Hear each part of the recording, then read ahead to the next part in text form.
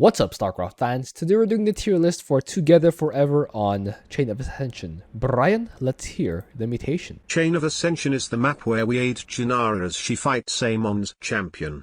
To support her, each player needs to stand a guy near and push her along the track to the southeast corner.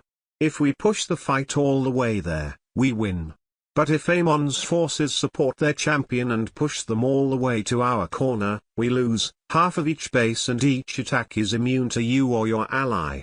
After death, the enemy units revive and immunity flips to the other ally. Yes, it is just Larity. We have Bama Marketing and Edmund Home with the call with us today. How are you guys today? Doing well. Doing well. Nice. So, Oh, yeah, pretty okay. Edmund Okay. Home, how do you rank the commanders this week? Well, as usual with Polarity, it's a race against your ally, hoping that they'll actually help you out. Luckily, this week, you're basically just really doing a solo. You have to kill the same amount of units you'd have to do if you're doing a solo. You're just killing the same ones twice instead of killing all of them once, You're killing half twice. So as long as your ally is capable of doing a mutation solo as well and is reasonably competent, it'll be okay. Outside of that, it's really how well can you stall in the meantime after you've killed your portion of units until your ally finally shows up. Or in a couple niche cases, some commanders can actually say, get over here and move your allies' units to help deal with the enemy units. So those kinds of things help as well. But largely, it's how well can you stall. Pretty much. That's actually what I think as well. What do you think about marketing? Yeah, that's it. How much you can stall, but also protect your ally because some allies maybe some commanders might be weaker, especially some compositions. So healing and protecting can also be pretty good because you are always together. So that also counts. All right. That should be fair. Let's begin. Abathur, where do we have him? So Abathur you cannot lure. So for the fast Brutalisk without your ally, because of course Polarity, so it's a little bit slower early game. But for what is going for Abathur is where later is Toxic Nest, so you can, if enemy is ground, you might help with that even if you are not there with units at that moment. And also what I said about protecting, like Vipers could be pretty good, like because of course the disabling cloud Disabling and cloud? cloud sorry, disabling cloud and also abduct stunting can work on even units that are immune to you, so you can help that way. Or you can also go Ravagers, which has deep tunnel every 30 seconds, so you can actually teleport practically from one side of the map to the other. That's also pretty good, and you have pretty tanky army, so you have manned to help your ally too that way. So Abathur, I think, is actually pretty high for this week. I would put Abathur in A tier. A tier. What do you think, Edmund Home? So I had him a little bit lower for a couple reasons. Obviously, there is the biomass farming you can't do in the early game, so you can't really get Brutalisks for the first 2 attack waves realistically. And Yeah, the but you second can- attack wave is very large. You can respond in a second. Just wait. The problem is, once you get up to your later game army, he's kind of the perfect staller because you have swarm hosts and blinding clouds. Yeah, so Swarm between Hosts those too, two, yeah. things just sort of stall forever. My problem is the second big attack wave in the hybrid set. You can't get a particularly strong army out without being able to biomass farm by that would be my main complaint. So I had him in B tier for that reason, but I'd be curious to hear your response. What do you think about B tier ball marketing? I would still put in A because you do have Toxic Nest, so even if you don't have so many, if you don't have all 3 Brutaliskers, so you can still see where enemy is coming from, and even if it's like air composition, they will have something on the ground, so can get rid of portion of that with your Toxic Nest. So The thing is, you can't get rid of an attack wave on your own because of just die. You'll destroy yeah, okay, the you first can, half but, of your nobody, half, but no, which means no just commander a can. quarter. Which means just a quarter of the actual attack wave. You can't destroy both lives of your half or your ally's other half, or the second half, or the second life of your ally's half. You have to wait for him to actually be there, and you have to hope that he is there while you are fighting. Well, that is for all commanders except maybe Stetmann, who can really tank. But for all commanders, that's the thing. So That's true. Well, and I do have a lot of commanders lowdown this week for that reason. yes. If I I were just to- worry about yeah. particularly the attack wave right before the first hybrid set. That's like a big attack wave, and you can't have out a reasonable amount of swarm hosts. You can't really have out, I don't think, any amount of brutalists. Maybe one. You and probably can yeah, I think you can have two. I think you can have two. So two is if your two should ally's be- competent, maybe, but like if your ally has not helped you clear, like you can't clear unless your ally comes to clear, and it's not particularly rare for an ally to not help you clear at all, which means you've had the first attack wave worth of biomass, and that's like it. I don't think that's enough for two brutalisks. And I like I guess said- it depends on the army comp. And like I said earlier, it's not even the case of your ally not being competent. It's just sometimes the both of you are competent, but you're just not on the same page. For example, if he's Raynor, he doesn't ramp up at the same time as Abathur. So Yep. how do you deal with that? well, if it's so bad that you don't deal with that, but I mean, Again, B is not you bad, can- right? B is like you're doing a majority of the work in the mission. Yes, and I do but think if we are gonna have any commanders in S tier, then I think Abathur should be A. That's my point of view. You know. I didn't specify that I'm we willing need to to- have.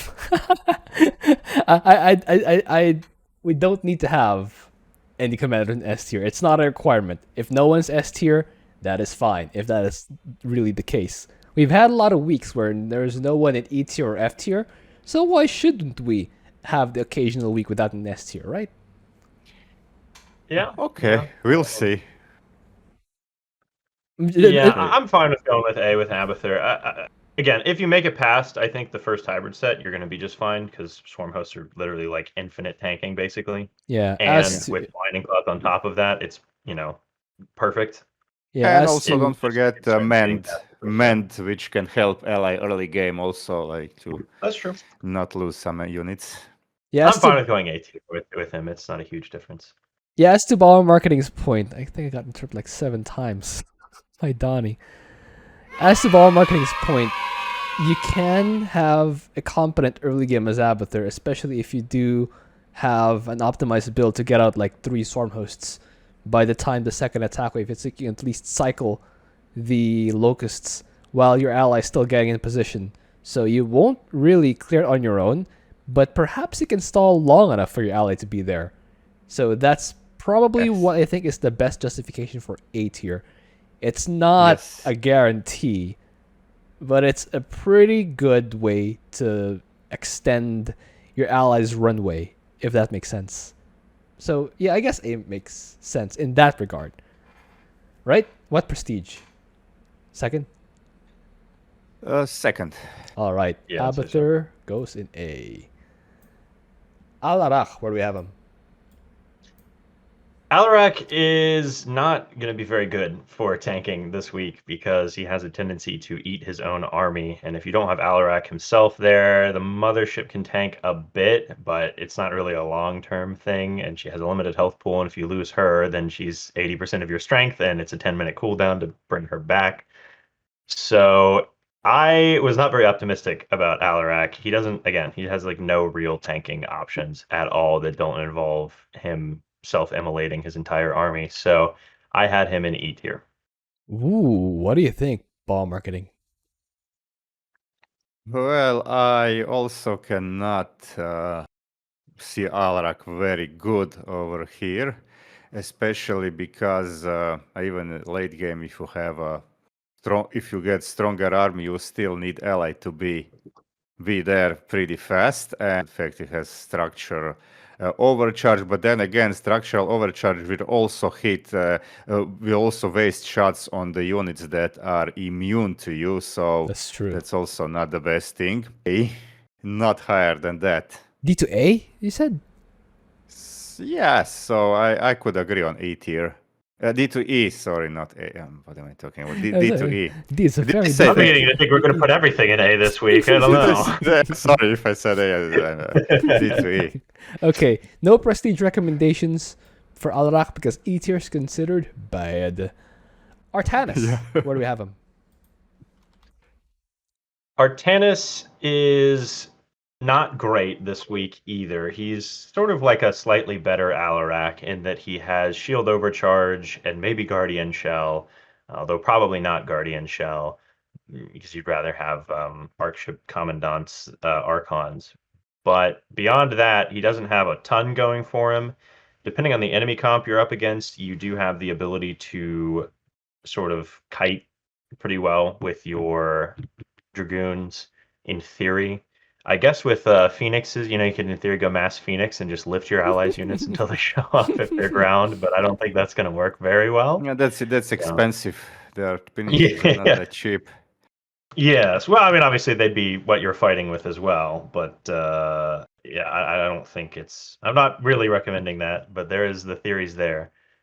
Beyond that, yeah, he doesn't have a whole lot going for him. So I had him in D tier. I think he's just slightly better than Alarak, but not much. Okay, what do you think, ball marketing? Yeah, I can agree on that.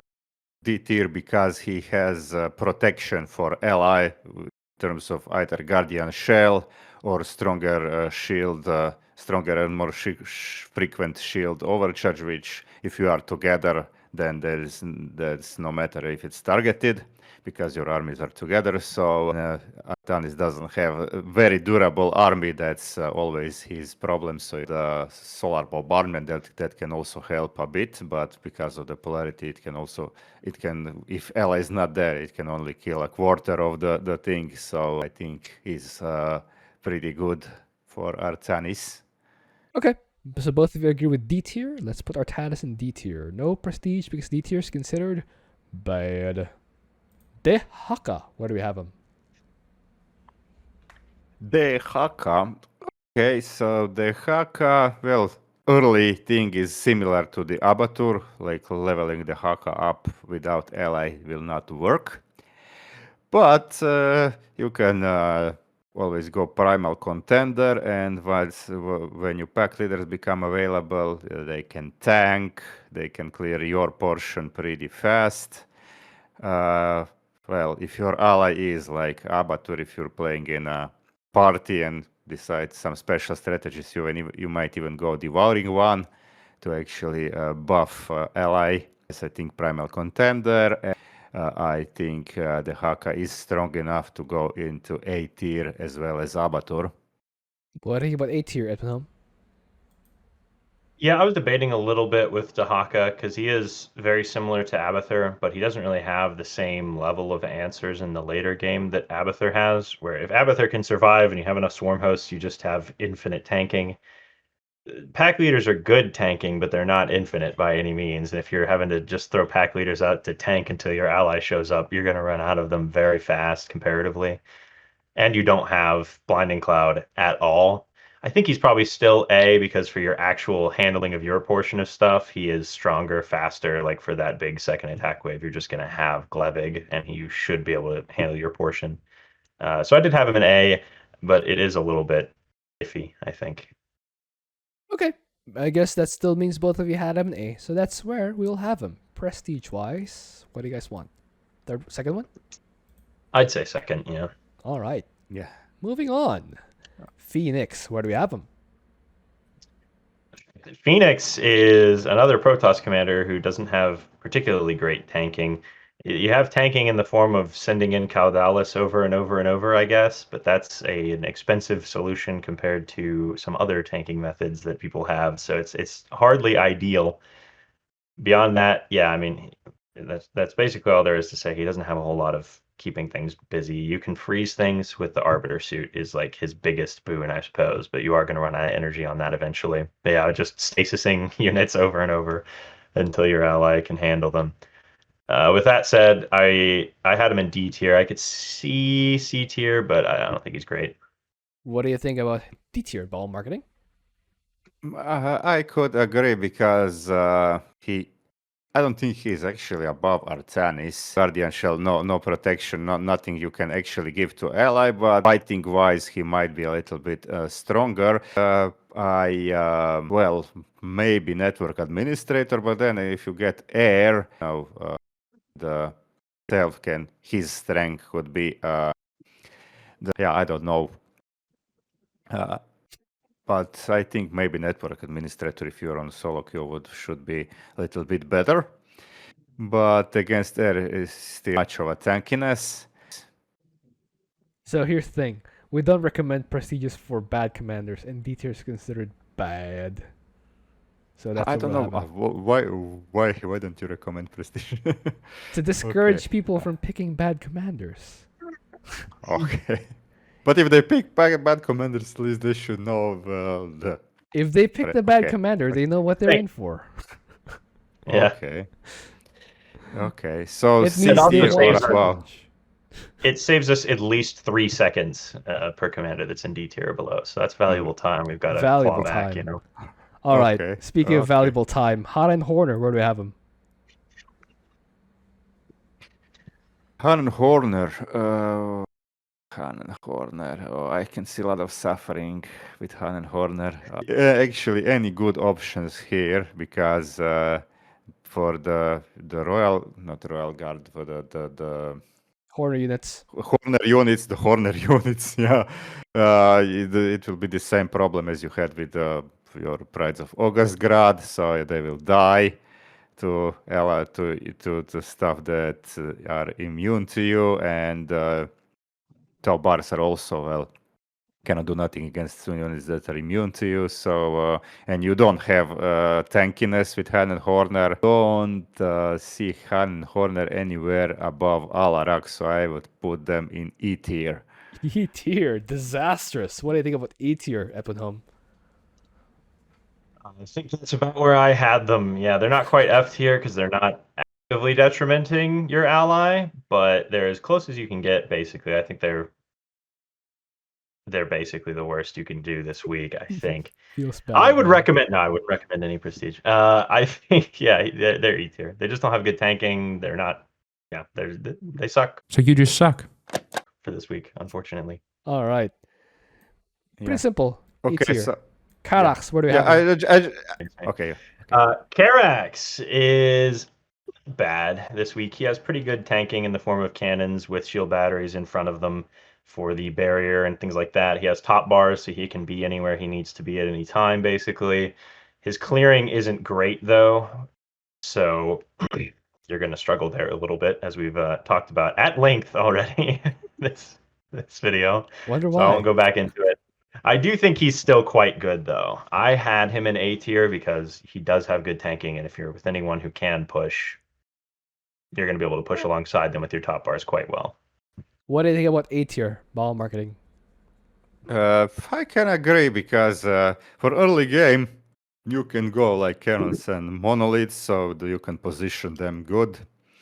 So they will. Yeah, I mean, if you make carriers, it's not so bad at cleaning here. Interceptors can tank. Yeah, Karax is pretty good for A tier. I agree on A tier there. Okay, both of you agree with A tier. Let's put Karax in A tier. Prestige-wise, what do you want here? I'd say 3. Third prestige. Okay. I was actually briefly considering recommending, or suggesting at least, the second prestige, so you can actually have an army to push. I'm not sure how good that I haven't played it. So I'm just throwing it out there. If you're searching I think you for lose all something your that tanking. that's true. That being said, And then you Zod get can Terran enemies. You revive. get ghost in your you get ghost in your base, and then how you kill that ghost? Siege Observer and Warpin is a lot. That's true. Okay. Skill I- issue, man. I think you could, in theory. He probably wouldn't be bad. I'd say he'd probably be less than A with P2, but he's going to be like B or C tier. So you still could do it if you want to. Okay. Anyway, moving on to Kerrigan. What do we have him? Kerrigan has one good thing, and that's the mobility, the ever presence. You just You have Omegas, which give you not just mobility, but also some creep bonuses to all ground armies, including your allies, and all the tankiness because they have 1000 HP, so they can tank for some time.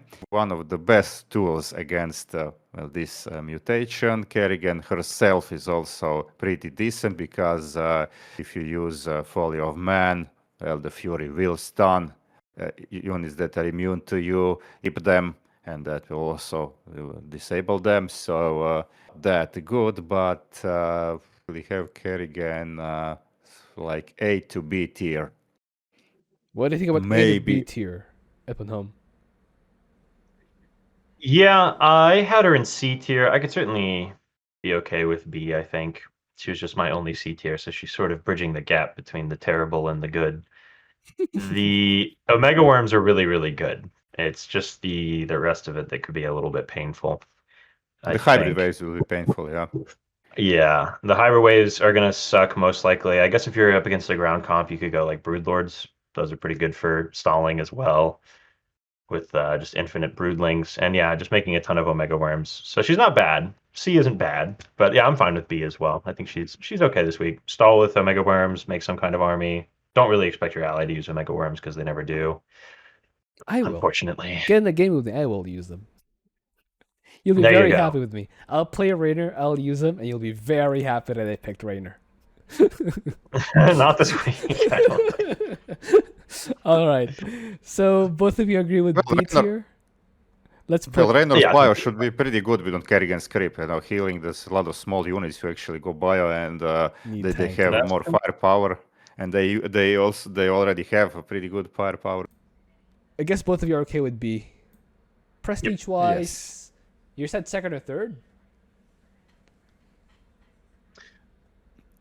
Yeah, you definitely don't want to go P1, basically. Yes. Her good thing is Uh, Omega Worms, I- so you want to make sure that you have a prestige that has Omega Worms. All right. Yeah. Moving on. Nova. Where do we have him? Nova has the big advantage of being able to make your ally help you with tactical airlift every, 2 minutes or every 30 seconds if you go P2 Nova. Totally do that.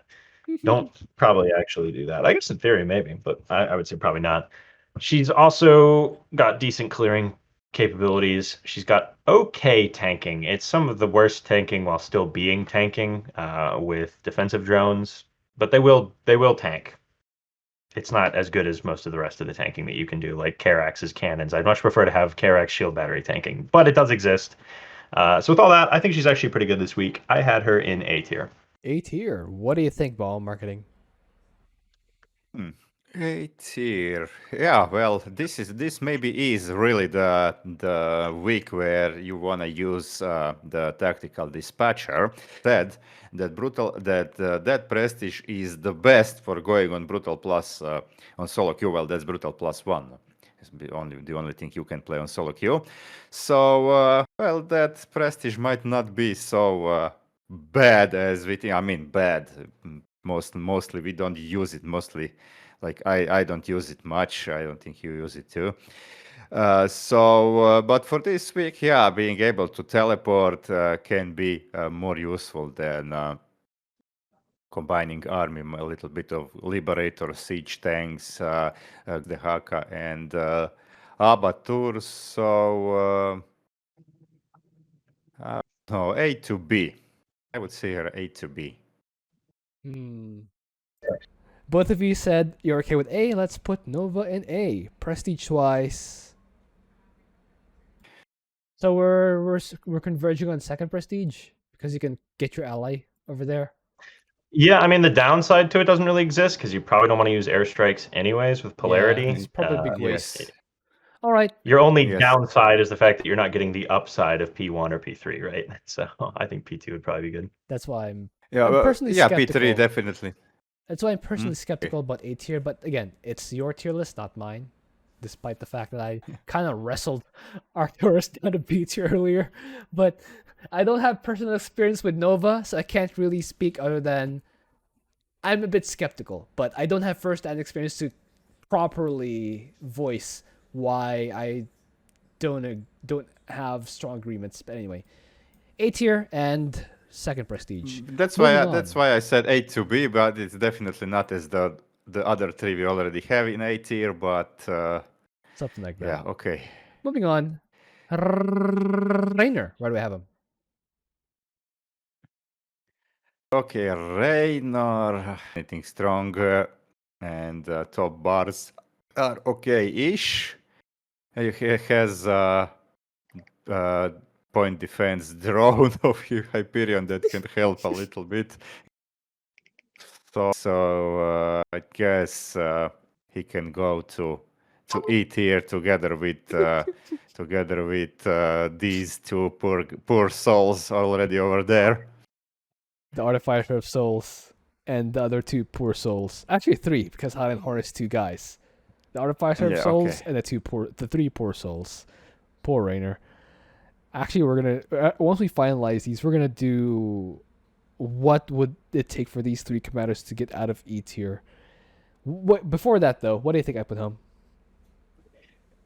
Yeah, the only good thing Raynor provides this week is making it so that it's a question of whether or not Han Horner is the absolute worst commander this week. So that's like the nice thing he brings, is making Han Horner feel a little better about themselves. He's really bad. He doesn't have much going. I mean, bunker repair it for tanking, point defense drones for tanking. It's all not very good at all. So I had him in E tier as well. E tier. Prestige wise, oh wait, no prestige because E tier is considered bad. We already went over this. Stet boy, where do we have him? Stetmann, dare I say it, is S this week. Maybe. I would say so, at least. He's got healing for you and your ally. He's got very good tanking with overcharged Steadalites and Zerglings and Gary himself. He can tank for a long time. He can clear super well. He can recall around to help out your ally. He can't recall your ally, unfortunately, but he's got speed boost to get your ally to where they need to be faster, potentially. And yeah, healing to tank in the meantime. And Ultralisks are also good tanking on top of the Zerglings in the later game, and he does have good anti-air options if you need it. So I had him in S tier for that reason. What do you think about S tier ball marketing?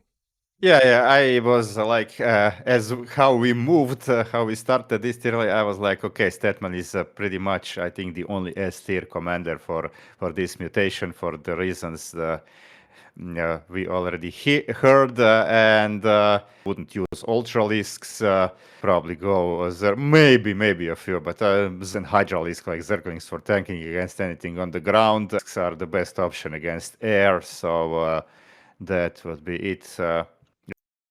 S, of course. All right. I already Second said. prestige S. for Stet boy.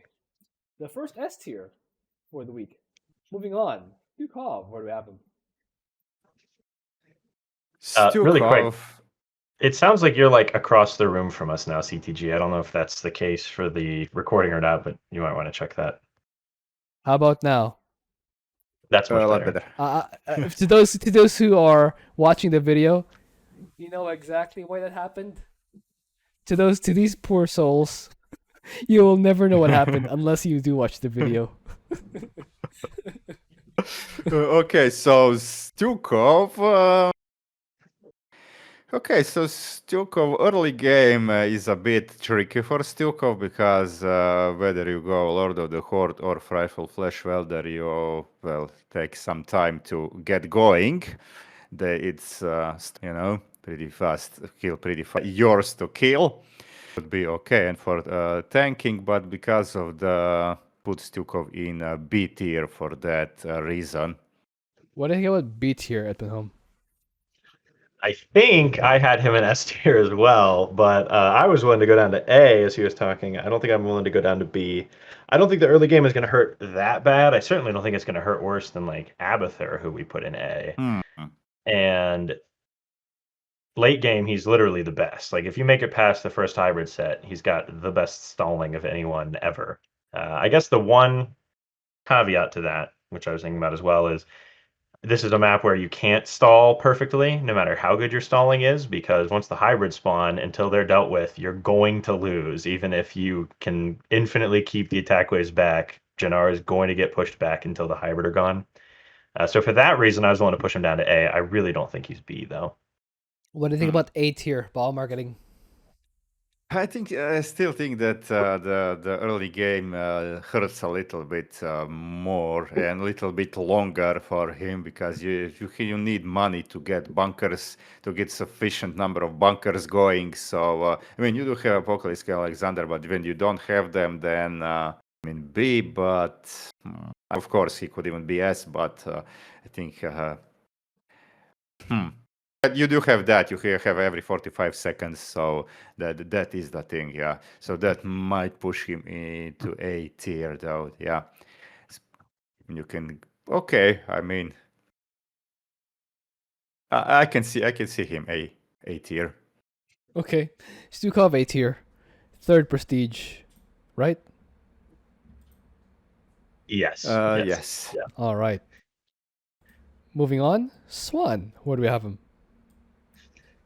Swann is not great. He's not bad though. I think he's actually somewhat decent, even some might say. You have turrets which self-repair to an extent, which is good. You have the laser drill, which can help a little bit. The top bars for the laser drill aren't too good. I think it may actually be a P1 week. If anything, you'd want to go P2, not because you want the top bars, but because you want the Static extra defense. turret upgrades. But you might be able to get away without it, and then P1 laser does still slow units. So if you can get vision of them and you can kind of just kite your unit away from them, you do buy yourself time that way. So there's an argument for that. I think I'd probably still go P2 just because you get an extra 2 armor on your buildings, and I think the repair drones work a little better and things like that. So I would say probably P2. I think he's decent this week for that. You know, you do have solid clearing with wraiths and things as well, and you do have the top bars to clear with. But I don't think he's great. I had him in B tier. I'd probably say B to C, but I had him in B tier at the moment. What do you think about B tier ball marketing? I think similar. I'm looking at Arcturus and Kerrigan, but can be bottom of B tier because of it has several tools. I think you can also target your immune units and slow them down with laser to help your ally and if enemy is not like Baneling Scourge or something. In that case, you might go Hellbat and Goliath. And Swann can be, and turrets, of course, which can tank, have the self-repair for them. So not great tools, but a decent one. So I can see Swann in B tier. All right, B tier. Prestige wise, second one. Second one, yeah. All right. Maybe first. Oh, sorry. There is an second. argument for first. I'm not 100% sure, but I'd probably go second. You definitely could go first. Yes. Tychus, where do we have him? Tychus, okay, so you can well, for Tychus, you have Lone Wolf, because Lone Wolf, then you can have outlaws on all the positions. They die, that could be the problem. You have also the option to just go some other prestige, keep outlaws together. And so in that case, you would probably need to use platforms, maybe a little bit earlier, prioritize them and use more platforms for mobility. But yeah, those are, I think, both pretty good options. So Tychus is in A tier. Okay. What do you think about A tier, Edmund? Yeah, his tanking isn't great. You have, like you said, a few different ways. There's also like for the later stages of the game, which aren't as important. I think, you know, the first 10 minutes matter more. But if you have P3 Tychus and you've got Nikara and Rattlesnake, the Odin is practically unkillable with that amount of healing with the health pool that it has. But it's not so much about the 10-minute plus with Tychus. I think it's getting to 10 minutes. I had him in B tier. I'm fine with A with him, though. He's still very good. And yeah, you could go, there's a few different ways you could approach it. So I'd say A is fine. Both of you had him in A tier. Let's put Tychus in A tier. Second prestige? Or third? Yeah, probably second. Second or third. Moving on. Vorazun, where do we have him? Vorazun is not great this week either. She does have the whole Withering Siphon, still deals damage to Polarity units, but unfortunately it's just a really bad prestige anyways. It does the damage to the... The Withering Siphon effect actually affects polarity units. Yeah, it affects all okay. units and damages them, but it's just not that good. It's a problem. So yeah, I don't think it makes up for it. I think you probably still do want to go Withering Siphon because that's the most help you're going to provide, but I still don't think she's going to be very good this week, especially with Just Die. Then it's just kind of pain and suffering. So I had her in D tier this week. What do you think about D-tier ball marketing? Okay, Vorazun has one thing we all know what it is for late game. Like if your ally is on point of supporting, you can skip the last hybrids. But yeah, your ally has to be together with you on the same page, otherwise it Dark Pylon won't work. recall. There's that. Is it enough? If you recall the right position, if your ally is Zerg, you can recall just his massive overlords. If it's in the right position, it will push Jinara's opponent all the way in.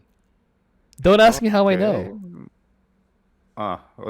So you can push all the way. I didn't know. I never tried that. Okay, so otherwise, I don't know if actually Withering Siphon is good enough, or you would rather use the most conventional prestige, and of course the third one, and use maybe the need speed increase, so you can actually help your ally too. So your units are faster, and then that way you can kind of clear the base. Because of these tools, she could go. Where did you put her in D? D. Maybe she could even go into C tier because of those tools. What do you think about C Yeah, tier? I'm fine with that. If you can skip the last hybrid wave, then I'd say C tier. Yeah. All and right. also, like black holes can help you a lot, That's especially true. with some allies like Karax, even Artanis if you're actually commandant, and yeah, can help a lot. All right. But So if the C tier. game drags, you're gonna run out of top bar energy doing that. Being So just said, be careful. Only use them when you really need them. that being said, Yeah, if the yeah. game drags, you might get a ridiculous amount of Shadow Guard. Have you seen Yes. that That's true. video? I Yes. I called Shadow Guard over and over, and by the time the 7-hour mark rolled in, I had to move the Shadow Guard away from where they spawned, just so the rest could spawn. They literally had nowhere to spawn until I moved the other Shadow Guard. Oh my Donnie. How many did you have? How many did you have? Did you count? I forgot. I might find that video later on, but it was so But many. like few hundred or so. I had more Shadow Guard that spawned that Amon had starting units on the map. Something like that. Something like that. It was Protoss though, so take that for what it is. Anyway, C tier? Yeah, I think C tier is fine. Okay, so she has actually multiple prestiges this week. Wow, that's insane. So which one do we go for? I think I would still go for third one. Never mind. She still only has one prestige. Yeah. I mean, I think you could go Withering Siphon. There's some people I'm sure who are Withering Siphon specialists, and if you're good with it, I think it I can. mean, be if you would be able to kill, if that prestige would be able to kill, I would definitely go for that prestige. But then you still have to kill the units that are immune to you, and you can't kill them. So that's the problem. And Okay, so okay, moving on. Zagara, where do we have him? whose turn is mine? Okay, Zagara. Zagara. Zagara. Zagara. Zagara's Gage is watching. early game is for her okay because she has, well, for her portion, because she has banelings, you can go Apex Predator, so she can also tank for some time with her hunter killers or something, but for continuous fighting, which will often be necessary, she, I think, will suffer. Especially if she dies. I can go Scourge Queen here. Ooh, you probably made the lifetime enemy out of Cage or something. Yes, but I think I would go Apex Predator. And because Baneling Scourge wouldn't be so good. Even some protoscope positions that can use. Okay, you have aberrations against force fields, but still a bit annoying. Invincible Of course, Corsairs. yes, yeah. So I don't know, Zagara from B to C, I think. B to C. What do you think, Edwin Home? Yeah, I had her in D, but I could definitely see C just Well, fine. she's not that bad. Yeah, I don't C's not know. that Fleet of the bad. Matriarch. Yeah, I think Fleet of the Matriarch's kinda- in most situations C is the case, but there's definitely a couple prestiges where it's like, or a couple enemy cons where it's like E, maybe. E. It's kind of rough. Like Fleet of the Matriarch, I think you're probably an E tier. Invincible Corsairs and other air units that are invincible as They well. don't It's even like, need to be invincible. They will feel invincible and even a regular brutal. well, yeah, they feel invincible already, and in this case, half of them literally are. And when you kill the ones that aren't, so yeah, I'd say C tier is fine, but she's definitely there's a couple comps where it's like All you're right, gonna really maybe really, C really star. force We it. haven't Yeah, used yeah. star in a long time. Maybe C star. Yeah, All right. just keep it in mind if you're queuing with her, you might just die. Hey, just die. Mutation name mentioned. All right, moving on. Oh, bio launchers. No, sorry. Yeah, Oh my Donnie. What? Oh, Zeratul. Where do we have him?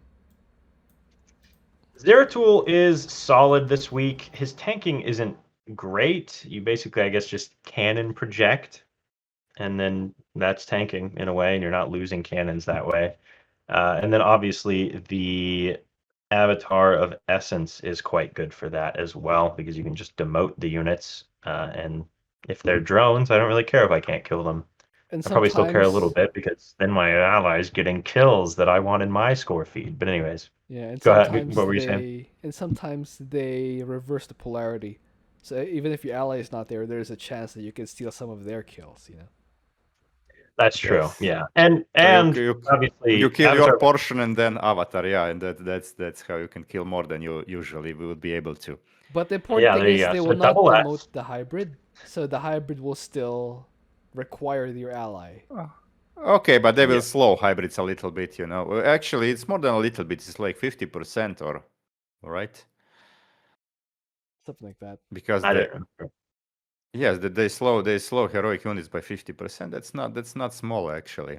So Yeah. then Well, the nice thing about Demote Wave as well is it's good against both mutators that you're going up against. It's good against Polarity. It's good against Just Die because the Anif have to kill drones. and you can twice. actually use Sardat. Sorry. Yeah, Surdath as well. So I think he's pretty good this week. He All right. doesn't have incredible taking, like I said, but I had him in A tier. All right, 8 here. Not bad for Zeratul. So I would rather go either ambushers probably or Ambushers aren't bad. DTs. Yeah. Yeah. Vortex They're not aren't bad, but they're either. definitely not tanking as much. That's true. I'm just thinking of one thing. Should you still use as in most cases the monoliths, or maybe void suppression crystal would be a good thing to use over here. Maybe it would be used for this time, like to fight hybrid waves or so, or maybe even to pushing for bases.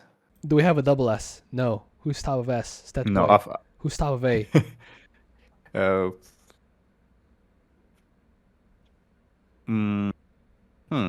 Abathur, probably. Actually, Abathur is a pretty strong case for top of A because, despite the fact that we were debating it for B earlier, but then again, Zeratul exists. Yeah, I think for me it's Abathur, Stukov, and Zeratul are the top three. Okay. Abathur, Stukov, and Zeratul. Yeah. This order? Nova should definitely be bottom. I still am A to B for her, so yeah, bottom Nova. Tychus. I think Tychus is above Karax. Yes. Yeah, I think that's fine. All right, top of B. I guess Arcturus. Kerrigan. Well, Kerrigan. Now you're saying that Kerrigan is I was above Arcturus. I convinced you that hard?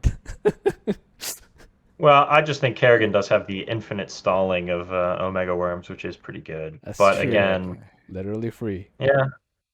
Yeah. I think probably Kerrigan in top, and then Arcturus, and then Swann.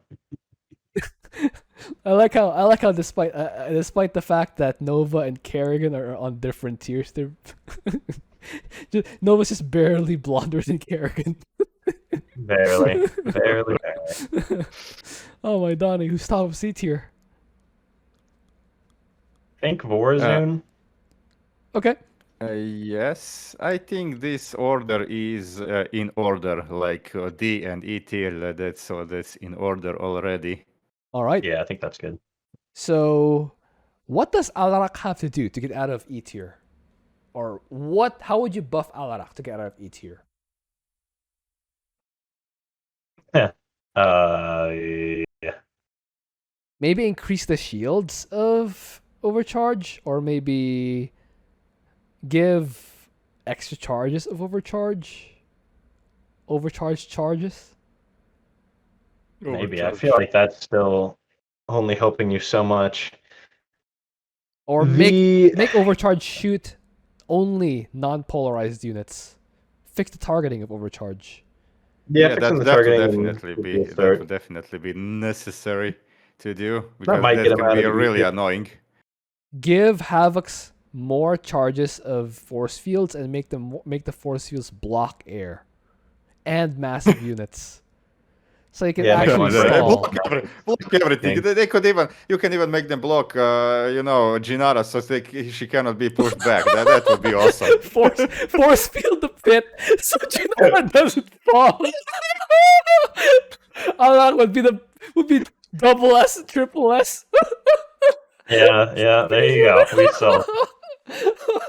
That's the 500 IQ move from ball marketing. Why Donnie? All right, that's how we buff our Alarak. Make the force field physically block Jinara from getting pushed. Then your ally can take literally as long as you want. Make them never time out. So that would be that. Oh my Donnie. Physically block the hybrid from spawning. They just don't spawn, and you just keep pushing Jinara until the end. That's what Alarak would be needs. awesome. All right, for Hot and Horner, how do we make Hot and Horner not E tier on this map? Like fighters can hit air. That's a good one. Yeah, if air strikers can hit air, that's a good one. Or Magmines, Magmines are also they will also be triggered to immune units, I think. So that could also be fixed. Yeah, fix the triggering. I think Widow Mines also trigger on. And Widow, I think they too. Yeah. Yes, I did test that. What if their Galleons had more health, so you could just kind of stall? No, not Make them work like they do with Eminent Domain all the time. Yeah, something like that. just have their eminent domain effect be permanent. And how else would Hot and Horner be not terrible?